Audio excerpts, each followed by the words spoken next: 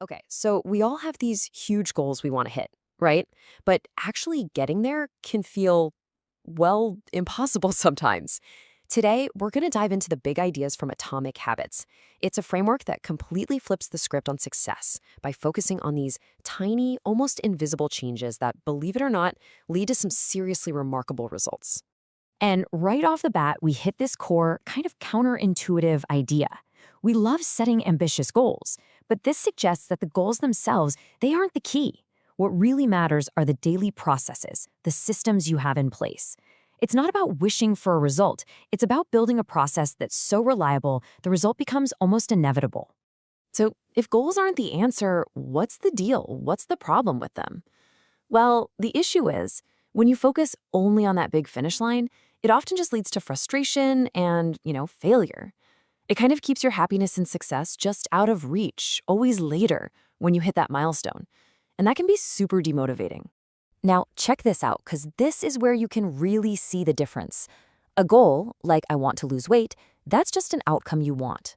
But a system, like I will walk for 20 minutes every day, that's a repeatable action you can actually control. You see? Goals give you a direction, for sure, but it's the systems that do the heavy lifting and actually get you moving. And this brings us to the next massive mindset shift. Instead of obsessing over what you want to achieve, the idea is to focus on who you want to become. It's a subtle change in perspective, but trust me, it is incredibly powerful. And this slide just perfectly illustrates that feedback loop. Think about it. When you take a small action, like writing just one page, you're not just writing, you're actually casting a vote for a new identity. That little action becomes proof. It's proof that you're a writer. You do that enough times and you start to truly believe, hey, I am a writer. The action reinforces the identity. I mean, this quote just sums it all up, doesn't it? Let that sink in. Is your next action a vote for the healthy person you want to be? A productive person? A disciplined person? Every single small choice matters because it's all just building evidence for who you really are. Okay, so we've got the mindset down. But how do we actually build these systems and habits in a way that works? Well, it all boils down to 4 simple, totally actionable laws. So the first law is all about your environment. We have to forget about relying on sheer willpower or motivation, because we all know how that goes, right? It comes and it goes. The key thing to get is that a better setup, a better environment, is way more reliable. You need to make the cues for your good habits basically impossible to miss. And the examples here are just so simple and brilliant. You want to read more? Easy. Put the book on your pillow. It becomes the most obvious thing to do before bed. You need to get more work done? Have your desk completely ready to go before you even sit down. When you design your environment like this, all that friction to just get started, it just melts away. Law number 2 taps into a basic human truth. We are way more likely to do things we actually find appealing or rewarding. It's not about forcing yourself to do stuff you hate, it's about finding a way to make the habits you need a little more attractive. And here's this fantastic technique for it. It's called temptation bundling. You just pair an action you want to do with an action you need to do. So you only get to listen to your favorite podcast while you're out on your daily walk, or you only get to watch that new episode after you've finished your work for the day. You're linking an immediate reward directly to the habit. So clever. Okay, Law 3 might be my personal favorite because it is the ultimate weapon against procrastination. Most of us fail because we make our new habits way too big and intimidating. The goal here is to reduce the friction so much that starting feels completely effortless. And this is the famous 2-minute rule in action. You just scale down your habit until it takes less than 2 minutes to do. So read before bed becomes read 1 page. Exercise daily becomes put on your workout clothes. See? The goal isn't to do the whole big thing. The goal is just to start.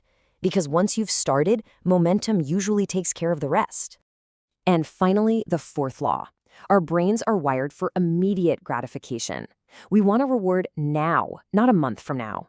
So for a habit to really stick, it needs to feel satisfying right away. That future reward is just too abstract. We need a little win in the moment. This is exactly why habit trackers are so powerful. That simple little act of checking a box or crossing something off a list, it gives you a little hit of dopamine. It just feels good, and it makes your progress visible. And this brings us to the golden rule of habit formation. Never miss twice. Look, missing one day is an accident. It happens. But missing twice? That's the start of a new, bad habit. Now, here is what's so elegant about this whole framework. You can just flip it on its head to break the habits you don't want. It's the exact same logic, just in reverse. So, to break a bad habit, you make the cue invisible. Hide the junk food out of sight. You make it unattractive. Remind yourself how scrolling social media just makes you feel drained. You make it difficult. Log out of the apps, add extra steps, and you make it unsatisfying. Maybe you tell a friend your goal to add some accountability. See? Same steps, just flipped. Phew. Okay, we've covered a lot of ground, from focusing on systems over goals to shaping your identity and these 4 laws. But, knowledge is pretty useless without action. So let's make this super concrete and something you can use right away. I want you to really ask yourself this question. After all this, what is one tiny thing you can do today, like right now, to get started? Let's build a dead simple plan. Here it is, your simple 3-step plan. First, define your identity. Who do you want to be? I am a consistent person. I am a healthy person. Second, pick one tiny 2-minute action that proves it, like reading just 2 pages or doing 10 minutes of focused work. And third, and this is the most important part, commit to that golden rule. Never miss twice. That's it. That's your entire starting point. And let's just end on this note. Stop waiting for some huge, life-altering moment of inspiration. True, lasting change. It doesn't come from that.